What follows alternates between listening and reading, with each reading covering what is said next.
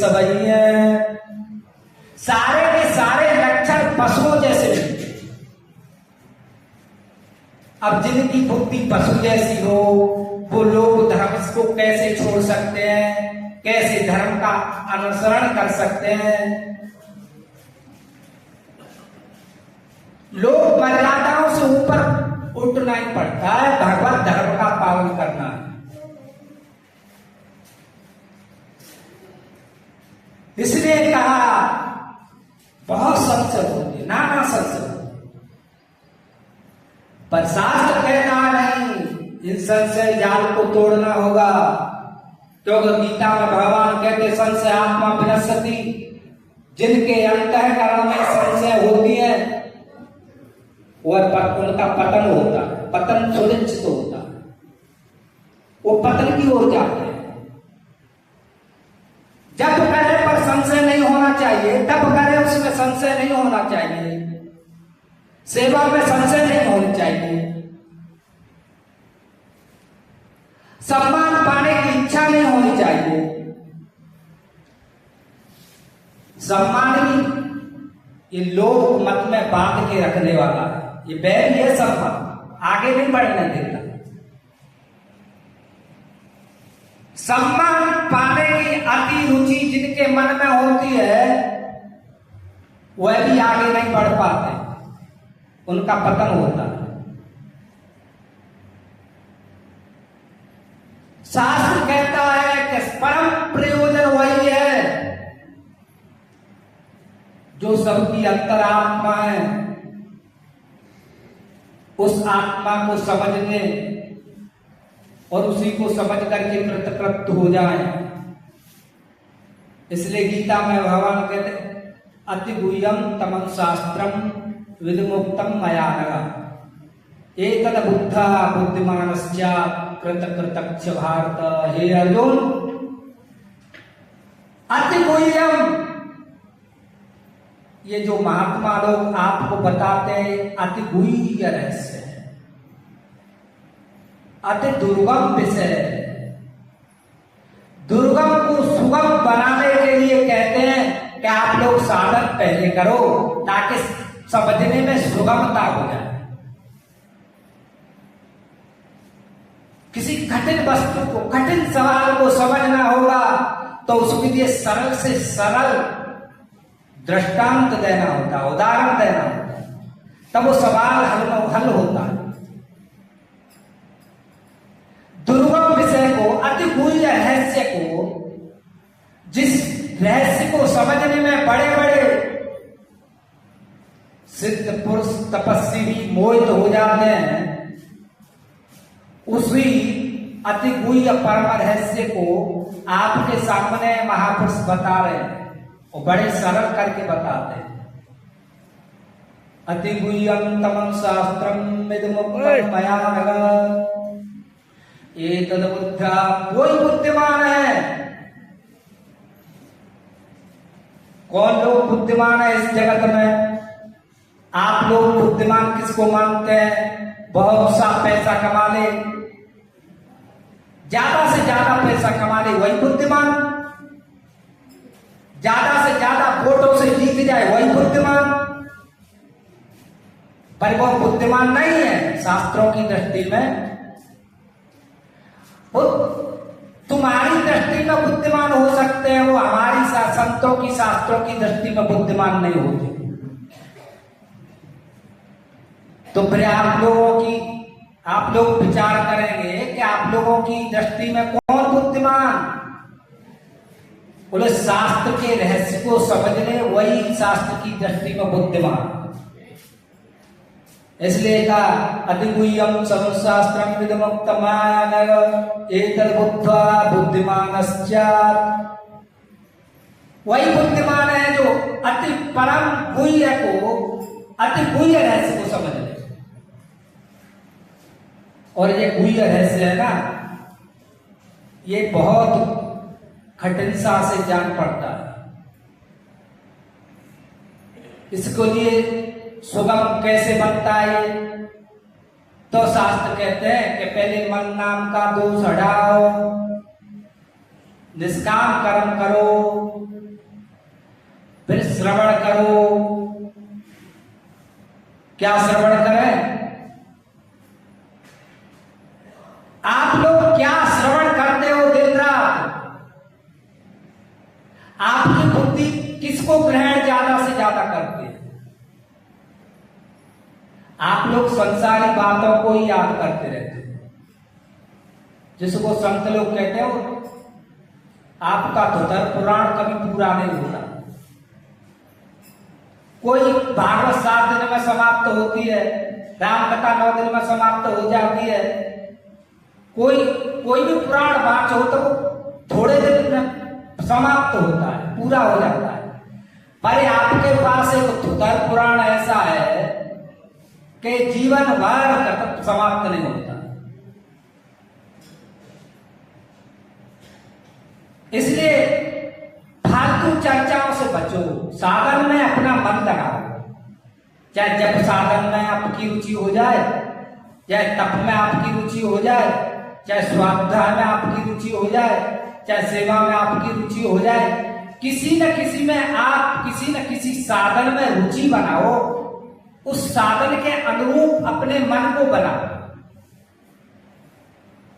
जब तक साधन के अनुरूप हमारा मन नहीं बनेगा ना, तब तक साधन करने में अच्छा नहीं लगेगा, मस्ती नहीं आएगी, शांति नहीं आएगी, एकाग्रता नहीं होगी। शास्त्र कहता है दिने दिने दिवेदांत श्रवण भक्त्या संयुक्ता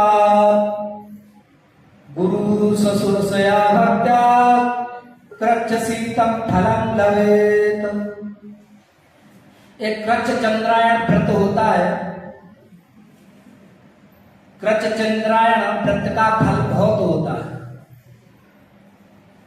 उस कृच्छ चंद्रायण का व्रत करने वाले को जो फल मिलता है ना, वही फल वेदांत श्रवण से प्राप्त होता है। पर वेदांत श्रवण भी कैसा हो, उसमें विशेषण दिया दिने दिने वेदांत श्रवणा भक्त्या संयुक्ता। भक्ति के साथ श्रवण करें, रुचि के साथ श्रवण करें, श्रद्धा के साथ श्रवण करें। इसलिए कहा भक्त्या संयुक्ता गुरु ससुर सया से। गुरु की सेवा करते हुए, गुरु की आज्ञा का पालन करते हुए, गुरु की आज्ञा के अनुरूप चलते हुए जब वेदांत श्रवण करेंगे तो वह फल प्राप्त होगा जो कृच्छ चंद्रायण के व्रत करने से जो फल प्राप्त होता है। वही अंतःकरण की शुद्धि, मल नाम का दोष हटेगा, तो आपके जीवन में, आपके चित्त में एकाग्रता आएगी, और एकाग्रता होगी तो आप उपासना करने में सक्षम होंगे। उपासना होगी तो विक्षेप की निवृत्ति होगी, तब आप कुछ वेदांत के अधिकारी बन पाएंगे। तब वह ज्ञान की बात समझ में आएगी कि वास्तव में ज्ञान चीज क्या है, अति गुह्य रहस्य क्या है, जिसको बार बार भगवान गीता में अर्जुन को बता रहे हैं, और अर्जुन बार बार भगवान से प्रश्न करते हैं। उस प्रश्न उत्तरों को प्राप्त करके अपना समाधान करें और गीता का अध्ययन करें, तो आपके जीवन में सुख और शांति आएगी और दुखों की अंत तक निवृत्ति परमानंद की प्राप्ति होगी। इतना ही कहकर के वाणी को ग्राम बोले सच्चिदानंद भगवान की जय। कभी बर्बाद नहीं करना चाहिए। उसी सत्संग संकला में भगवान नाम उच्चारण करके वाणी पवित्र कर लेते हैं। तत्वस्य चर्चा। सीता राम जी की आरती उतारूं मैं सखी। सीता राम जी की आरती उतारूं मैं सखी। सीता राम जी की आरती उतारूं मैं सखी। राम जी की आरती उतारूं मैं सखी। उतारूं मैं सखी, मैं उतारूं मैं सखी। उतारूं मैं सखी, मैं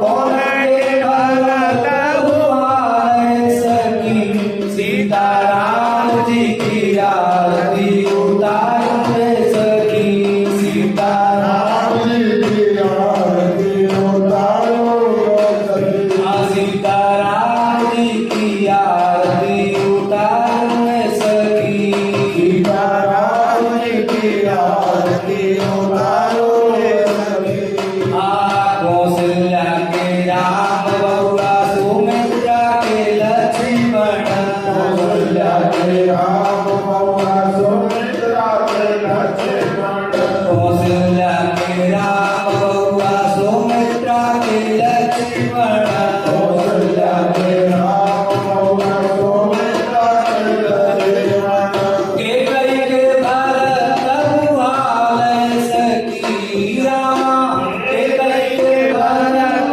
हुआ सखी सीताराम जी की आरती उतारो रे सखी सीताराम जी की आरती उतारो रे सखी उतारूं रे सखी मैं उतारूं रे सखी उतारूं रे सखी उतारूं रे सखी सीताराम जी की आरती उतारो रे सखी सीताराम जी की आरती उतारो रे सखी कौन रंग राम हुआ कौन रंग लक्ष्मण कौन रंग राम हुआ कौन रंग लक्ष्मण कौन रंग राम हुआ कौन रंग लक्ष्मण कौन रंग राम हुआ कौन रंग लक्ष्मण कौन रंग भरत हुआ रे सखी कौन रंग भरत हुआ रे सखी सीताराम जी की आरती उतारो रे सखी सीताराम जी की आरती उतारो रे सखी सीताराम जी की आरती उतारो रे सखी सीताराम जी की आरती उतारो रे सखी श्याम रंग राम बउआ गोर रंग बउआ लक्ष्मण श्याम रंग राम बउआ गोर रंग बउआ लक्ष्मण पीतर रंग भरत हुआ रे सखी राम पीतर रंग भरत हुआ रे सखी सीताराम जी की आरती उतारो रे सखी सीताराम जी की आरती उतारो रे सखी सीताराम जी की आरती उतारो रे सखी सीताराम जी की आरती उतारो रे सखी मुझे सीता माता की महात्मा लोग आपको समझा रहे हैं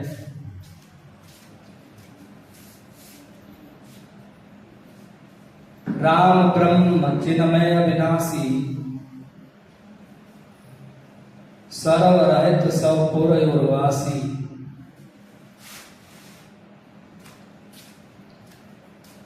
राम कैसा है प्राणी के हृदय मात्र में निवास करने वाला प्रत्येक प्राणी की अंतरात्मा होकर रहने वाला प्रत्येक प्राणी के हृदयस्थ समस्त कर्मों की अध्यक्षता करने वाला समस्त प्राणियों के अंतःकरणस्थ संकल्पों की निश्चय की चिंतन की अहंकार के साक्षी के रूप में उपस्थित है।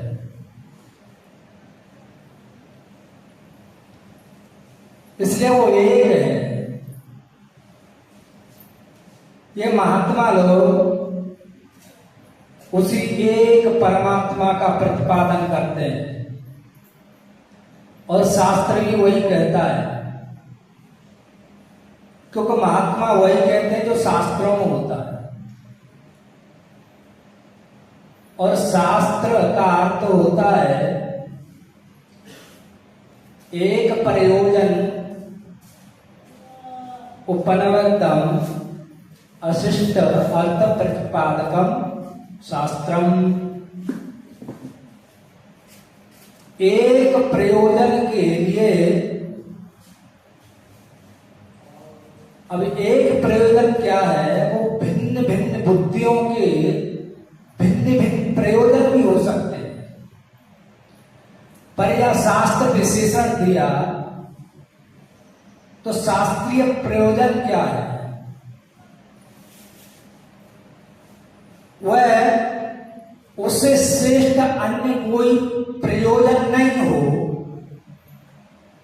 ऐसा श्रेष्ठ प्रयोजन, श्रेष्ठ प्रयोजन, सबसे महत्व का प्रयोजन, उसी प्रयोजन को कहते हैं स्वार्थ साच जीव को एहा मन क्रम वचन राम पद लेहा। जीव का सच्चे से सच्चा स्वार्थ दुनिया में क्या है, बड़े से बड़े स्वार्थ क्या है।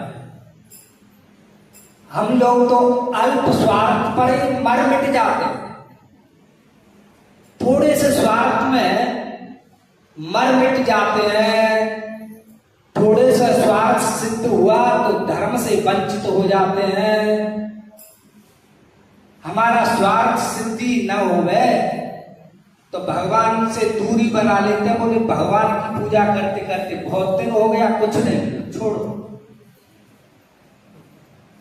हनुमान चालीसा बहुत पाठ कर लिए, सुंदरकांड बहुत पाठ कर लिए सुंदरकांड के, पर कोई लाभ नहीं हुआ, छोड़ देते। माता पिता की सेवा बहुत कर ली, झिक गए, हगा गए, पेट भर गया, कुछ नहीं मिला, सेवा छोड़ दी। जब बहुत कर लिया, कुछ नहीं मिला, छोड़ दिया। तप किया पर छोड़ दिया। कोई अभी तक हम अनात्म उद्देश्य को लेकर के ये सब कर रहे थे, मानो इसे यही सिद्ध होता है कि अनात्म पदार्थों के लिए ही हम जप करते हैं, तप करते हैं, सेवा करते हैं। उस असली स्वार्थ सिद्ध करने के लिए कोई विवेकी लोग आगे बढ़ते हैं, धैर्य पूर्वक आगे बढ़ते हैं, साहस पूर्वक आगे बढ़ते हैं, उनका धैर्य टूटता नहीं। हम लोगों का धैर्य टूट जाता है, बहुत जल्दी धैर्य टूटता है। ये स्वार्थ सच्चा स्वार्थ क्या है, बोले जो प्रत्येक प्राणी की अंतरात्मा होकर के बैठने वाला राम, उसके चरण कमलों में नेह हो जाए, हमारा प्रेम हो जाए, यही सच्चा स्वार्थ है। माने अपने अंतरात्मा के रूप में ही उसको जान लिया जाए, समझ लिया जाए। यही सब शास्त्र कहते हैं, यही शास्त्र का परम प्रयोजन है। परम प्रयोजन क्या बताया है, पहले भगत जी महाराज बता गए ना, दुखों की अंत तक निवृत्ति, परमानंद की प्राप्ति रूप जो मोक्ष है ना, वही आत्मा का स्वरूप है जो परमानंद की प्राप्ति है। उसी को जानने समझने के लिए महात्मा लोग कहते हैं कि उसी को समझो, वही एक है, अनेक नहीं। एक में अनेकत्व का भ्रम है, एक में नानापने का भ्रम है, एक में भ्रम होता है। इसलिए कहा, उसी राम को कहा, राम ब्रह्म चिन्मय अविनाशी, वो ब्रह्म है, वो व्यापक है, सब में है, सबके अंदर है। व्यापक वस्तु सबके अंदर होती है, उसका कहीं अभाव नहीं होता। और व्यापक वस्तु ऐसी व्यापक है कि जिसका न तो वस्तु से परिचित होता है, न काल से परिचित होता है, न देश से परिचित होता है। ऐसा हुआ उसी को समझने के लिए साधन बता, क्योंकि अंतःकरण में 3 दोष होते हैं, ऐसा हम लोगों ने सुना, शास्त्रों ने कहा, हम लोगों ने सुना। एक मन नाम का दोष होता है, वो अंतःकरण में रहता है। उस मन नाम के दोष को हटाने के लिए निष्काम कर्म का प्रतिपादन किया शास्त्रों ने। फल की इच्छा छोड़ करके कर्म किए जाए। हम कुछ भी करें लेकिन फल की इच्छा न रखें,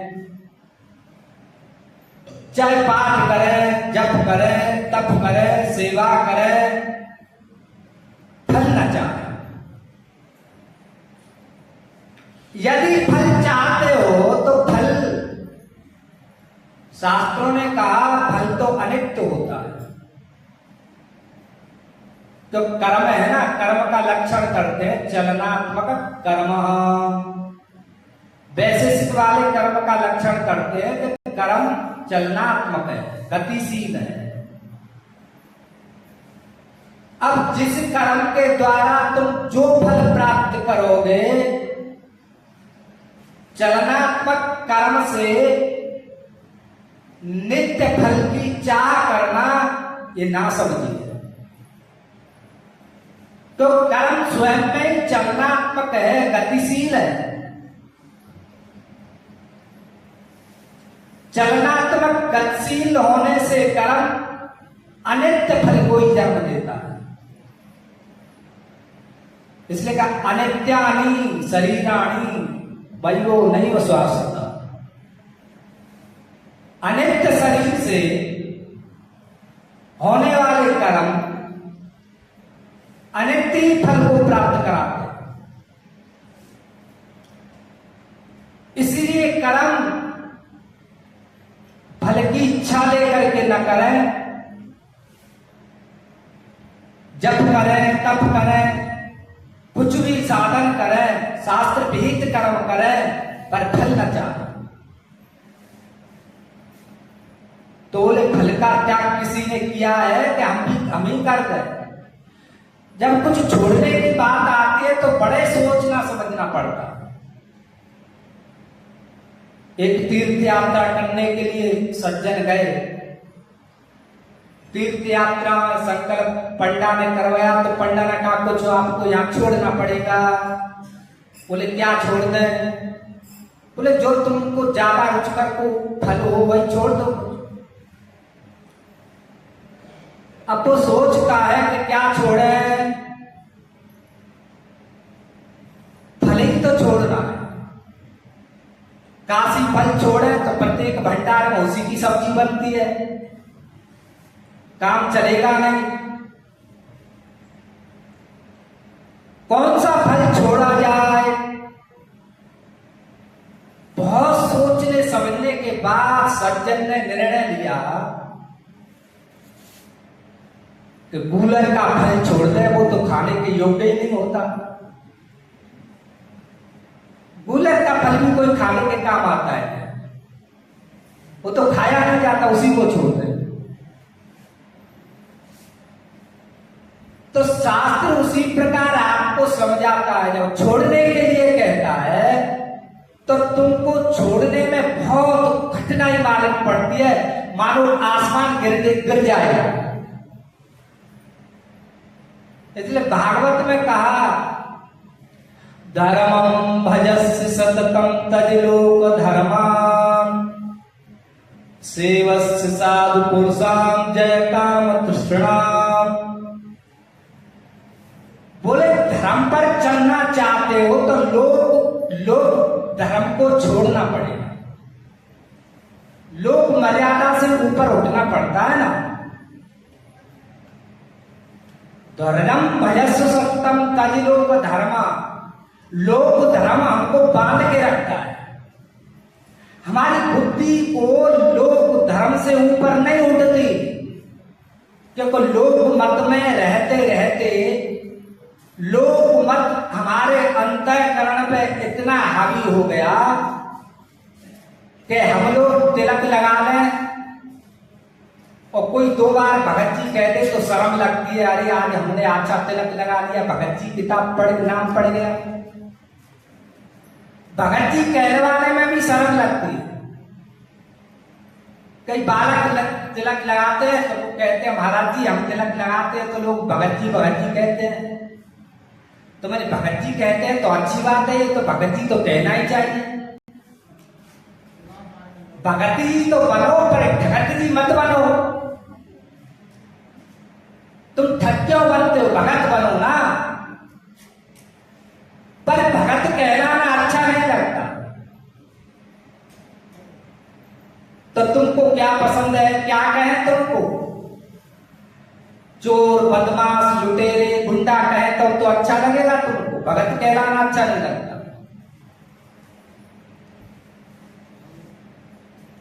इसलिए भागवत में कहा धर्मम भजस्स तत्सततम तज लोक धर्मम। ये लोक कर्तव्यों से ऊपर उठने में सामान्य लोगों को बड़ा भारी परेशानी होती है। इसलिए कई लोग तो कहते हैं महाराज जी ये सभी संसार सभी लोग साधु बन जाए तो संसार कैसे चलेगा। मानो ये सचमुच साधु बन ही जाएंगे।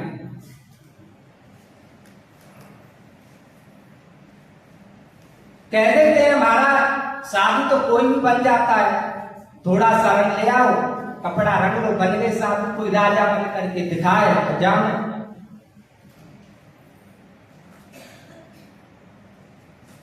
साधु बनने में बड़ा भारी आपत्ति लगती है, पर कपड़े से साधु बनो या मत बनो, पर मन से साधु बन जाओ, मन से संत बन जाओ। कपड़ा रंगने में, कपड़ा लेने में शर्म लगती है, संतों में रहने में शर्म लगती है। माता पिता के चरणों में मस्तक झुकाने में शर्म लगती है। माता पिता के पैर छूने में शर्म लगती है। छोटे भाई को बड़े भाई के चरण छूने में शर्म लगती है। बोलने में शर्म आती है। कहां चली गई बुद्धि? बुद्धि मानो जिन लोगों के पास है ही नहीं, बिना बुद्धि के जी रहे। इसलिए कहा